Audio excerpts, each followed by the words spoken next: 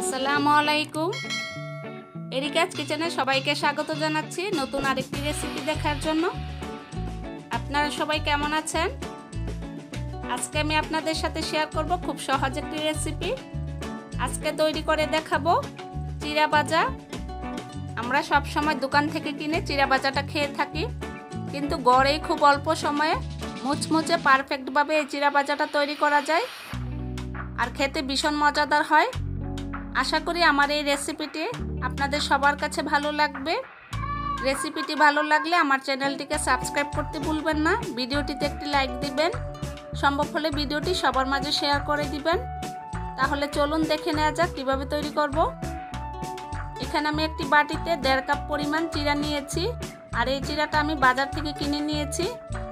একটা প্লাস্টিকের ঝাঁঝরি দিয়ে চিরাটা চেলে আমি পরিষ্কার করে নিয়েছি। এখানে আমি 1/3 কাপ পরিমাণ বাদাম নিয়েছি।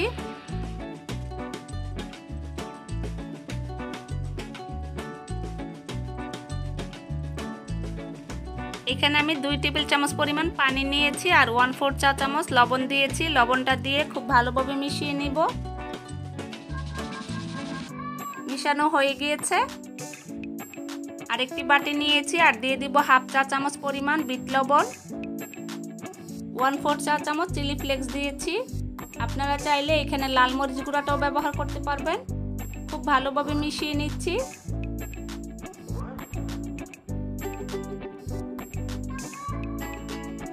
এখন আমি এই চিরাটার মধ্যে অল্প একটু লবণ পানি দিয়ে খুব ভালোভাবে মাখিয়ে নিব। খুব বেশি পানি দেওয়া যাবে না, তাহলে চিরাটা নরম হয়ে যাবে। আমি এখানে 1 টেবিল চামচ থেকে কিছুটা কম পরিমাণে পানি দিয়েছি। এইভাবে লবণ পানি দিয়ে চিরাটা মাখিয়ে নিলে চিরা ভাজার পর খেতে অনেক ভালো লাগে।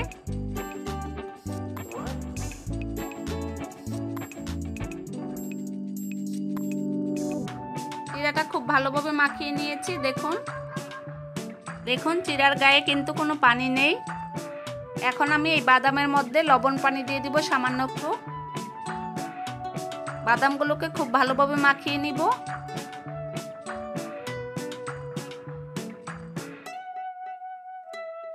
বাদামগুলো মাখানো হয়ে গিয়েছে।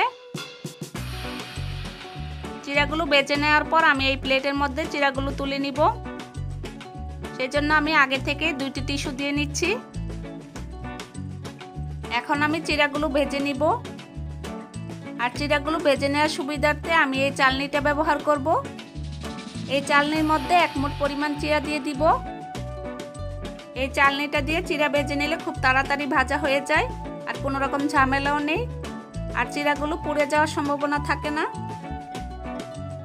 চুলায় আমি একটি কড়াইয়ে তেল গরম করে নিয়েছি, একটি চিরা দিয়ে দিয়েছি। দেখুন চিরাটা উপরে বেশি উঠেছে। চিরা ভাজার জন্য তেলটাকে খুব ভালোভাবে গরম করে নিতে হয়।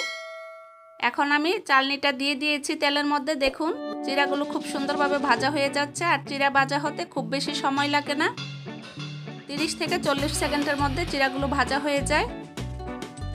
এই চালনিতে চিরাগুলো ভেজে নেওয়া খুবই সহজ, তবে এই চালনি ছাড়াও চিরাগুলো ভেজে নেওয়া যাবে। সেই ক্ষেত্রে খুব দ্রুত তুলে নিতে হবে, না হলে পুড়ে যেতে পারে। একইভাবে আমি সবগুলো চিরা ভেজে নিব।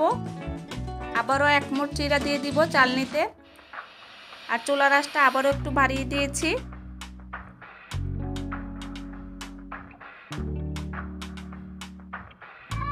আবারও গরম তেলে চিরাটা ছেড়ে দিয়েছি। দেখুন দেওয়ার সাথে সাথে চিরাগুলো ফুলে উঠেছে। আর এই চিরাগুলো ভাজা হতে খুব অল্প সময় লাগে।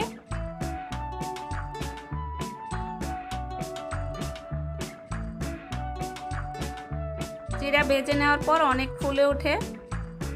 দেখুন 1 মুঠ চিরা ফুলে ডাবল হয়ে গিয়েছে। এই চিরাগুলোও ভাজা হয়ে গিয়েছে। এখন আমি অতিরিক্ত তেলটা ঝরিয়ে নিব।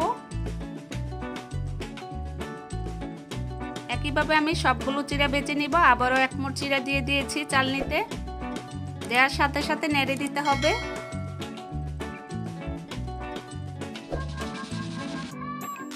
এইভাবে চিরাগুলো ভেজে নিলে তুলে নেওয়ার ঝামেলা নেই।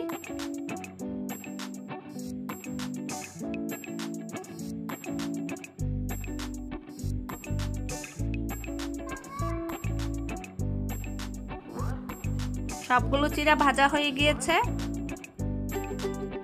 এখন আমি বাদামগুলো ভেজে নিব। বাদামগুলো আমি এই চালনির মধ্যে ভেজে নিব। এখন আমি গরম তেলে দিয়ে দিব।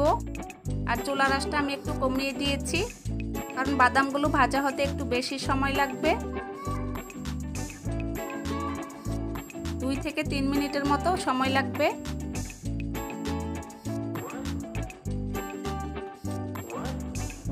বাদামগুলো ভাজা হয়ে গিয়েছে।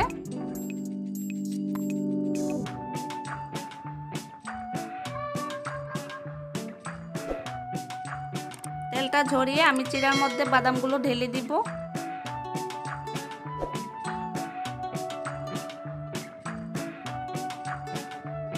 এখন আমি গরম গরম চিরা ভাজা আর বাদাম ভাজার উপরে আগে থেকে যে রেডি করে রেখেছি বিট লবণ আর শুকনো মরিচের মিশ্রণটা, সেখান থেকে উপরে কিছুটা দিয়ে দিব। আর কাঁটা চামচ দিয়ে খুব ভালোভাবে মিশিয়ে নিব। আপনারা কেউ চাইলে হাত দিয়েও মাখিয়ে মিশিয়ে নিতে পারেন। দেখলেন তো কতটা সহজে তৈরি হয়ে গেল দোকানের মতো পারফেক্ট মুচমুচে চিরা ভাজা। আশা করি আমার এই রেসিপিটি আপনাদের সবার কাছে ভালো লেগেছে। রেসিপিটি ভালো লাগলে আপনারা বাসায় অবশ্যই ট্রাই করবেন আর আমাকে কমেন্ট করে জানাবেন কেমন লেগেছে। রেসিপিটি ভালো লাগলে চ্যানেলটিকে সাবস্ক্রাইব করে পাশে থাকবেন। রেসিপিটি দেখার জন্য সবাইকে অসংখ্য ধন্যবাদ। আপনারা সবাই ভালো থাকবেন। আল্লাহ হাফেজ।